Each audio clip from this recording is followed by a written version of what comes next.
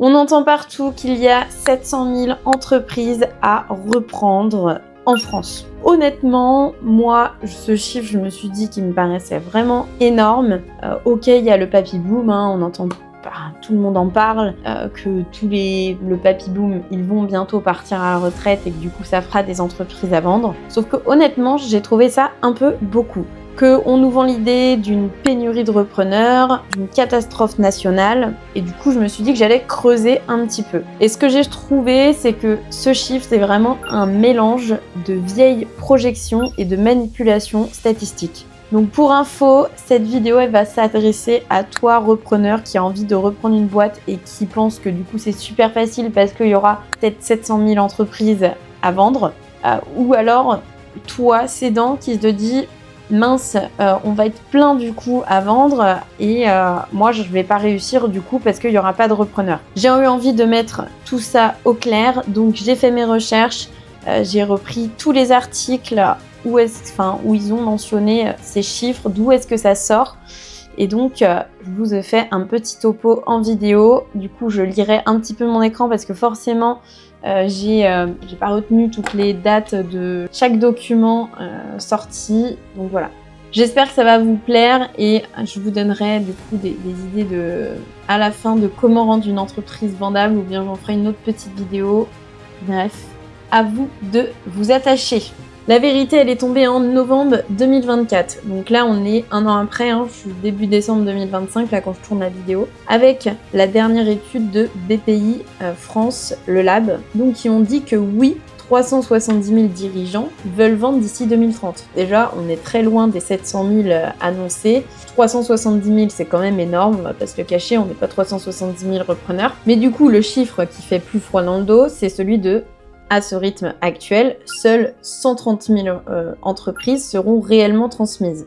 Donc ça veut dire qu'il y aura 240 000 entreprises qui vont disparaître. Sauf que, voilà, ce n'est pas par faute d'acheteurs, mais c'est parce que ce sont des entreprises qui ne sont pas vendables. Il n'y a pas de possibilité en l'état actuel de les vendre. Donc bonjour, moi c'est Joëlle Rivol, je suis intermédiaire en cession d'entreprise, je suis fondatrice de l'accompagnement Reprise Élite. Je ne suis pas là pour vous faire plaisir, je suis là pour vous dire ce que personne n'ose vous dire. Donc aujourd'hui, on va faire une petite masterclass et on va démonter ce scandale de chiffres officiels. Pourquoi tout le monde l'utilise et du coup vendent la reprise d'entreprise comme quelque chose de miracle avec plein d'opportunités, et aussi comprendre pourquoi 2 dossiers sur 3 partent à la poubelle. Et donc comment aujourd'hui, avec ces infos, on peut sauver le patrimoine français. Donc avant de vous expliquer comment vendre votre entreprise si vous êtes cédant et que vous me regardez, il faut qu'on nettoie un petit peu le terrain. Donc déjà, d'où sort ce mythe des 700 000 entreprises sans repreneur? Du coup, le chiffre, il a été relayé par la CPME, donc la Confédération des petites et moyennes entreprises, et aussi par le CRA. Et du coup, il est basé uniquement sur l'âge des dirigeants. Donc en fait, on regarde l'âge des dirigeants, on voit qu'ils sont vieux et du coup on dit hop, lui il va bientôt vendre. Sauf que ça, forcément c'est vraiment une erreur parce que le CRA, donc il estimait sur 10 ans déjà qu'il y avait 680 000 boîtes à vendre, sauf qu'ils n'ont pas regardé si ces boîtes étaient vraiment rentables et donc vendables, ou si le dirigeant voulait vraiment vendre, parce qu'aujourd'hui on en voit encore qui travaillent à 70, 75 ans. Donc l'information, elle provenait du coup d'un rapport d'information du Sénat numéro 33 de 2022-2023 qui était intitulé « Reprendre pour mieux entreprendre dans nos territoires » et qui avait été déposé le 6 octobre 2022 par la délégation des entreprises. Du coup, ce rapport, il a estimé, grâce aux infos du CRA et de la CPME, qu'il y aurait 700 000 entreprises à céder dans les 10 ans. Vu qu'ils avaient parlé, le CRA, de 680 000, ils ont arrondi. Donc soit une moyenne de 70 000 entreprises par an. Donc le montant total, c'était 68 000 entreprises par an. Et ça vient des chiffres du CRA de 2019. Si vous voulez après les sources, je vous les livrerai, il n'y a pas de problème. Alors, avant ça encore, On nous a encore donné des chiffres encore plus gros sur l'étude de l'impact de la loi Hamon en 2013. Pour info, la loi Hamon, c'est une loi un peu sur la reprise. On la connaît surtout parce que dans la loi Hamon, ils disent qu'il faut prévenir 2 mois à l'avance les salariés que l'entreprise va être à vendre. Bon, je vous rassure, c'est pas du tout respecté. Bref, c'est pas ça le sujet aujourd'hui. Mais du coup, dans cette étude qui a été faite pour la loi Hamon en 2013, à l'époque, le gouvernement, il affirmait qu'il y aurait 2383 PME saines chaque année qui fermaient faute de repreneurs. Et donc ça, du coup, c'était l'argument massu pour dire il manque des acheteurs derrière pour reprendre nos boîtes. Sauf que du coup, c'était faux. Et en fait, on a eu les preuves après. Donc ça, c'était en 2013, le rapport sur la loi Hamon. Et on a eu une étude de la BPCE, de l'Observatoire, donc Banque Populaire, Caisse d'Épargne, qui ont publié en juillet 2016, donc un petit peu après, avec vraiment des chiffres assez rigoureux sur le sujet. C'est les seuls qui ont fait vraiment des données chiffrées et qui ont démontré ces chiffres. Donc ils ont montré que le gouvernement avait pris les chiffres bruts des entreprises qui disparaissaient du fichier Sirène. Sauf qu'en réalité, c'est que la majorité de ces disparitions, elles étaient en fait soit elles disparaissaient par des fusions-acquisitions, donc la boîte elle continuait d'exister mais dans un groupe, donc la petite entreprise avait été absorbée par un groupe, soit du coup c'était des boîtes qui étaient déficitaires et donc qui fermaient, et donc ce n'étaient pas des entreprises saines. Aujourd'hui c'est clairement pas nous ce qu'on reprend. Certains vont peut-être au début par manque de connaissances ou juste par envie reprendre des boîtes en difficulté pour la redresser, mais c'est pas la chose la plus simple, c'est clairement pas ce qui se fait le plus couramment chez les repreneurs. Donc, les entreprises en difficulté sont quand même rarement reprises. Du coup, quand BPCE a refait le calcul en ne gardant que les PME saines et indépendantes, le vrai chiffre, du coup, il est tombé à quelques centaines par an d'entreprises qui fermaient. Donc, on est passé de 400 à 500 entreprises, donc pas des milliers d'entreprises qui fermaient par manque de repreneurs. Déjà, grosse réalité qui tombe en 2016. Maintenant, si on revient à l'étude de BPI France de novembre 2024, donc qui nous dit que 40% des dirigeants qui veulent partir en retraite d'ici 2030, ça fait 370 000 boîtes à être vendues. Sauf que du coup, dans le potentiel d'entreprises transmissibles, le chiffre réel est de 130 000 sur 5 ans. Donc voilà, le gouffre est quand même assez impressionnant. On n'est pas sur ce chiffre de 370 000 entreprises à reprendre. Aujourd'hui, on sait très bien, et je pense que tous mes collègues, mes confrères vous diront pareil, les sociétés qui sont en bonne santé se transmettent sans problème aujourd'hui. Une société en bonne santé, avec un bon prix, avec un dirigeant qui a fait les choses comme il fallait pour la transmission, avec peut-être un crédit vendeur, etc., elle aura pas de mal à se vendre. Le problème du coup, ce n'est pas le manque de repreneurs. Selon la CCI, ils nous ont sorti en étude que 19% des cédants se plaignent de manque d'acheteurs. Sauf qu'il y a un autre chiffre qui est sorti, c'est que 18% se plaignent d'offres trop faibles. Et nous, en face, on a des repreneurs, donc 26% des repreneurs qui estiment a posteriori avoir payé trop cher la reprise. Donc en fait, on a un gap entre cédants et repreneurs. Et aujourd'hui, ce qu'on voit, et moi, ce que je vois souvent, c'est que les cédants, ils veulent vraiment vendre trop cher. Ils survalorisent leur entreprise. Et donc, on n'arrive pas à la vendre. Une entreprise au bon prix, elle part. Donc ça, ces chiffres, ça venait de BPI France Le Lab, qui avait publié en novembre 2024, toujours dans Transmission en France, un marché de 370 000 entreprises d'ici 2030. Donc le marché n'est pas vide, mais du coup, il est bloqué par un écart de perception sur la valeur de l'entreprise. Et donc là, c'est là que j'interviens. Du coup, on va vraiment voir le prix vs la valeur du marché. Donc, le premier tueur du deal, pour moi, c'est l'ego du dirigeant dans la reprise. Pourquoi ? Parce qu'en fait, j'en ai beaucoup qui viennent me voir en me disant « Non, mais ma boîte, elle vaut 2 millions. » Enfin, voilà, ils me sortent leur prix, etc. Et très souvent, c'est parce qu'ils me disent qu'ils ont passé toute leur vie dedans, à bosser dedans, que la boîte, elle a 30 ans et elle ne peut pas valoir que ça. Et sauf qu'aujourd'hui, on ne calcule pas une entreprise comme ça. Donc malheureusement, il faut essayer de leur faire entendre que tous ces sacrifices, ça rapporte pas de l'argent et qu'on va regarder plutôt la rentabilité de l'entreprise. Il y a aussi ceux qui me disent que leur entreprise, elle a été évaluée il y a 2 ans à 1 million. Sauf que depuis, les chiffres se sont complètement effondrés parce qu'ils en ont marre, ça se voit qu'ils veulent vendre, parce que le marché, tout simplement, va moins bien. On sait qu'en ce moment, c'est assez difficile pour les entreprises. Moi, je le vois dans les bilans tous les jours. Et donc, du coup, forcément, la rentabilité baisse et donc, le prix de vente baisse. Et donc là, eux, c'est très difficile pour eux d'accepter que le prix d'1 million, il est passé à 500 000. Puis il y a aussi tous ceux qui se disent, bah moi ma retraite, ça va être la vente de la boîte et qui du coup veulent plus. Sauf que au final, au bout de 2 ans, sans avoir eu aucune offre, c'est là qu'on arrive à faire baisser. C'est pour ça que c'est hyper important et du coup restez jusqu'à la fin. Je vous en ferai aussi part dans une seconde vidéo sur si vous êtes cédant, comment vous allez préparer pour mieux vendre votre entreprise. Parce que clairement, ça se prépare. Donc plein de fausses valeurs que ces cédants ont et donc ça bloque, on perd du temps et on est obligé de s'aligner à eux parce que ils veulent vendre plus cher.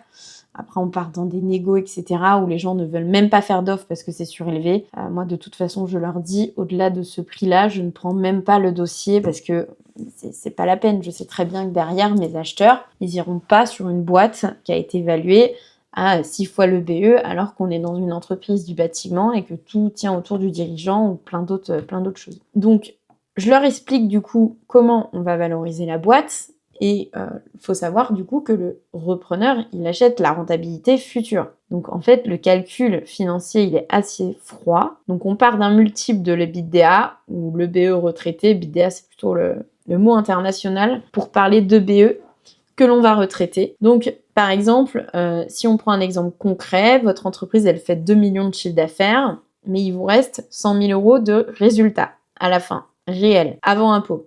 Donc avant impôt, avant retraitement des charges comptables, nous avons donc le BE. Il vous reste 100 000 euros de BE. Dans la tête du vendeur, souvent ils me disent « Non mais 2 millions de chiffre d'affaires, super, ma boîte elle vaut cher ».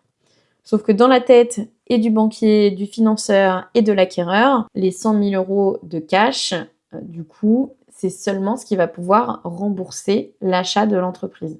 Et du coup, généralement, à ce montant de l'EBE, on applique un multiple qui va de 2 à 5 ou plus selon les secteurs et plein d'autres facteurs aussi qui rentrent en compte, dont on va pouvoir parler un peu après, pour savoir combien vaut votre boîte. Et donc, par exemple, si on est sur une fourchette entre 2 et 5 sur une boîte à 100 000 euros, là, comme on était dans l'exemple, et elle vaut entre 200 000 et 500 000 euros. Et donc, elle vaut pas 2 millions. Et du coup, là, c'est vrai que c'est assez dur à entendre, mais malheureusement, c'est comme ça, et le banquier va réfléchir de la même façon. Si vous persistez du coup à vouloir vendre votre entreprise 2 millions alors qu'elle en vaut 500 000, vous aurez juste aucune visite et le temps va jouer contre vous. Vous aurez une boîte qui reste 2 ans sur le marché, du coup qui devient plutôt suspecte auprès des repreneurs et du coup c'est ce qu'on appelle un dossier grillé. Ils attendront juste que vous baissiez votre prix et encore, peut-être que du coup ils ne voudront même pas essayer de venir. Ensuite, en péché numéro 2, j'ai envie de dire l'intuitu personae du dirigeant. Ça veut dire quoi? C'est le dirigeant qui est l'homme orchestre dans la boîte. Donc, c'est cité aussi dans l'étude de BPI France comme deuxième cause majeure d'échec, la dépendance totale du dirigeant dans l'entreprise. C'est le syndrome du coup de l'homme orchestre. C'est le dirigeant qui est le meilleur commercial, qui fait les devis parce que les autres savent pas faire ou qu'il y a personne d'autre aussi pour le faire, qui gère le personnel, les clients, les fournisseurs et qui du coup a tous les codes, qui gère la banque, qui gère tout. C'est super pour l'ego du dirigeant, pour qu'il se sente flatté et indispensable.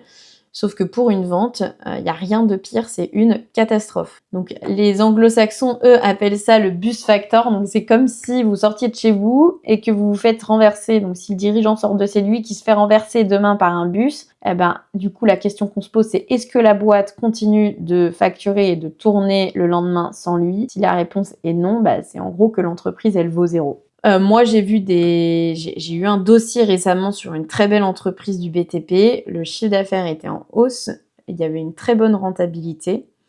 Sauf qu'il y avait 80% du chiffre d'affaires qui était du coup réalisé grâce au carnet d'adresse du dirigeant, au numéro qui était dans son téléphone. Il n'y avait pas forcément de CRM, c'était vraiment lié à ses relations. Et donc forcément, il n'y avait pas non plus d'équipe commerciale. Le repreneur, il a décidé de fuir parce que du coup, il savait que le jour où il allait reprendre quand même, il y avait un risque que quand le dirigeant parte, et les sous-traitants, et les fournisseurs, et les clients partent aussi. Donc, avoir une trop forte dépendance aux dirigeants, ça entraîne vraiment, vraiment une décote sur l'entreprise, voire même ça la rend impossible à vendre, surtout financièrement, bancairement parlant. Elle aura l'impression, la banque, de financer une coquille vide et de prendre un risque énorme. Du coup, pour ça, il y a quand même des moyens de contrer tout ça et de le contourner, mais du coup, ça restera quand même toujours un risque.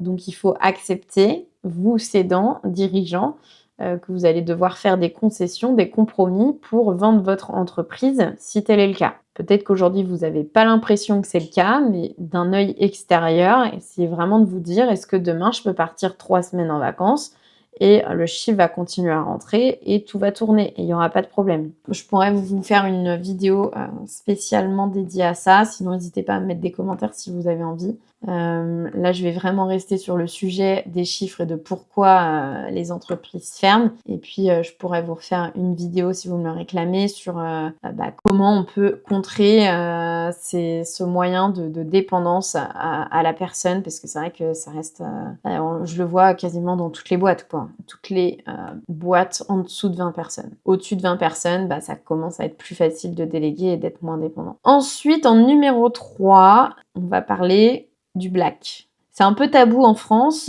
enfin même partout ailleurs je pense, j'en sais rien. Mais du coup il faut qu'on se le dise, le black, les frais perso, l'optimisation fiscale abusive que vous faites sur les entreprises, malheureusement ça joue pas en votre faveur quand vous voulez vendre votre entreprise. Donc aujourd'hui le sport national de toutes les PME, c'est écraser le résultat pour ne pas payer trop d'IS. Du coup, vous passez la voiture de madame, les voyages, les restos, vous faites un peu de liquide à côté ou beaucoup, j'ai vu des boîtes qui en faisaient beaucoup. Et puis vous vous dites, l'acheteur comprendra, puis de toute façon, vous savez même pas que c'est calculé sur la rentabilité, la vente de l'entreprise. Et donc, du coup, vous lui expliquez la vraie rentabilité en disant oui, mais en même temps, j'ai sorti un peu de cash. Alors, au début, vous osez pas trop le dire. Puis après, vous lui dites, si, il y avait tout ça en plus. Parce que vous vous rendez compte qu'en fait, c'est une grosse plus-value. Sauf qu'au final, non, ça marche pas comme ça. Donc déjà, le black, il s'achète pas. La banque, elle ne le voit pas. On va pas lui dire que vous en faites. Donc elle finance que ce qu'elle voit sur les liasses fiscales officielles. Et du coup, on fait le calcul ensemble. Vous allez voir, ça fait un peu mal. Donc imaginez, vous faites 20 000 € de black par an. Donc c'est pas beaucoup, j'en ai vu faire plus. Vous avez économisé quoi? Allez, peut-être 10 000 € en impôts et charges. Ok, top. Mais du coup, si on valorise l'entreprise, imaginons, on valorise votre boîte à 5 fois le résultat, un peu gros, mais ça se peut. Ça fait 20 000 € de résultats cachés que vous ne déclarez pas. Donc généralement, c'est du chiffre qui rentre en plus. Et donc, ça fait du bénéfice en plus, parce que toutes vos charges ont déjà été payées au bilan. Du coup, on fait ce 20 000 sur x5, on est à 100 000 € quasiment de valorisation en plus sur votre boîte. Du coup, au lieu d'économiser ces 10 000 € d'impôts aujourd'hui, vous pourriez du coup vendre votre entreprise 100 000 € de plus demain. Donc ça, pour moi, c'est pas forcément avantageux. Essayez, vous les vendre votre boîte, de commencer à économiser sur toutes vos dépenses. La voiture de madame, le salaire de madame qui est surélevé, les enfants qui sont dedans, etc. C'est essayer de pas trop donner des avantages parce que ça joue pas du tout en votre faveur. Donc ça se prépare. Pareil, je pourrais vous faire une vidéo dessus. Ça pourrait être dans la même qu'avec l'Intuitu Personae sur comment préparer la cession de votre entreprise. Ensuite, dernier point bloquant, c'est la structure financière et le BFR, donc le besoin en fonds de roulement de l'entreprise. Souvent, je visite des entreprises avec des stocks énorme. Le dirigeant, il me dit que c'est son stock de guerre, machin, qu'il était content de l'avoir pendant le Covid, surtout qu'après, il y a eu l'augmentation des prix, donc certes, ok. Sauf qu'en fait, aujourd'hui, c'est plus un boulet qu'autre chose quand vous voulez racheter l'entreprise. Encore pire, si c'est du stock qui dort depuis 2 ans, il vaut rien du tout. Et donc, il vous coûte de l'argent. Aujourd'hui, du coup, quand un repreneur arrive, il doit financer le prix d'achat et le BFR, le besoin en fonds de roulement. Il doit financer aussi le stock. Donc, du coup, pour faire tourner la boutique en attendant que les clients payent, donc ça, c'est le BFR, il va vous falloir de la trésor dessus. Si le BFR, il est mal géré, si vous relancez pas vos factures clients, si vous avez trop de stock, du coup, le ticket d'entrée pour l'acheteur qui va devoir le financer en arrivant, il va être encore plus haut. Pour info, moi j'ai eu une fois une bijouterie à vendre. Le stock était énorme, on était à 700 000 euros de stock. Et du coup, le gros problème, c'est que la bijouterie donc, avait un énorme showroom d'exposition. Donc forcément, elle avait du stock. C'était pas forcément du stock qui était en réserve derrière, hein, c'était vraiment du stock d'exposition. Sauf que 700 000 à financer, c'était impossible. Ça ne rentrait pas dans la capacité d'autofinancement, dans la CAF de l'entreprise. Donc c'est ce que l'entreprise va pouvoir payer pour racheter.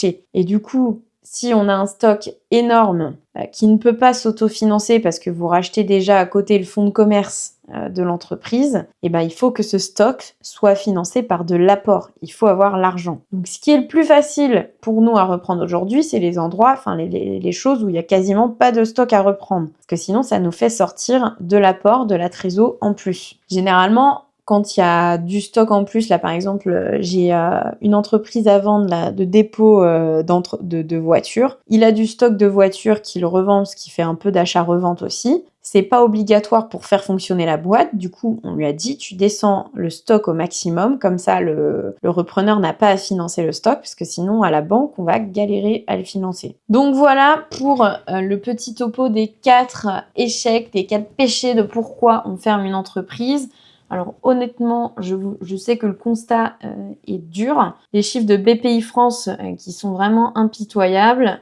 Donc si vous, dirigeants, vous ne changez rien, vous ferez partie de ces 240 000 entreprises qui ne pourront pas être vendues. Je rappelle que du coup, c'est 2 entreprises sur 3 dans les PME. Par contre, la bonne nouvelle, c'est que ça se corrige, ça se prépare. C'est ce qu'on appelle préparer la mariée ou même embellir la mariée. Bon, après, attention à pas trop l'embellir non plus pour pas que ça sonne faux et ne pas survendre le truc et faire de conneries. Hein. Le but, c'est pas de vendre n'importe quoi.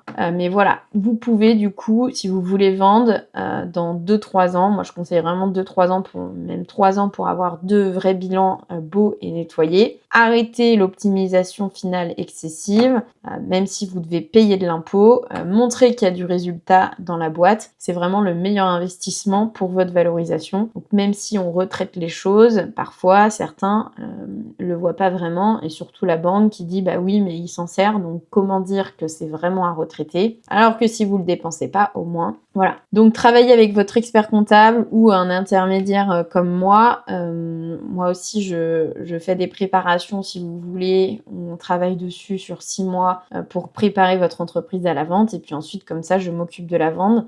Préparez proprement votre salaire, les avantages en nature. On essaye du coup ensuite de retraiter vraiment tout ce qu'il faut. Le but c'est pas non plus de tout enlever et de plus vous prendre de salaire hein, parce que de toute façon on met un salaire normatif pour le repreneur. Donc attention, ne faites pas non plus n'importe quoi tout seul en vous disant je vais tout couper. Il n'y aura plus aucun frais ni rien. À un moment donné, voilà, faut faire les choses assez proprement en vous disant bah, le repreneur qui revient demain, lui aussi, il a le droit à un salaire. Ma femme qui travaille dans l'entreprise un mi-temps, il faudra quand même la remplacer par un mi-temps. Et donc du coup, après, voilà, si vous passez par moi, par exemple, on prépare un dossier clair, transparent, et du coup, bah, forcément, quand on a quelque chose de plus transparent, ça rassure les repreneurs derrière. Donc si votre objectif c'est de vendre, il y a aussi une deuxième chose, essayez de vous rendre inutile dans votre boîte. Comment ? Bah essayez de déléguer, de vous faire remplacer, de mettre en place des process écrits. Ça veut dire que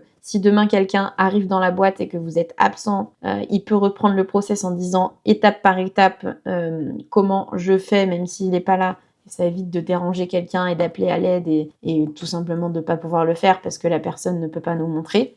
Donc ça, c'est hyper important, si tout est dans votre tête, de le mettre par écrit ou même sur une vidéo, encore mieux, vous faites des looms, vous tournez des petites vidéos avec votre écran, bah ça, on fait ça comme ça, ça.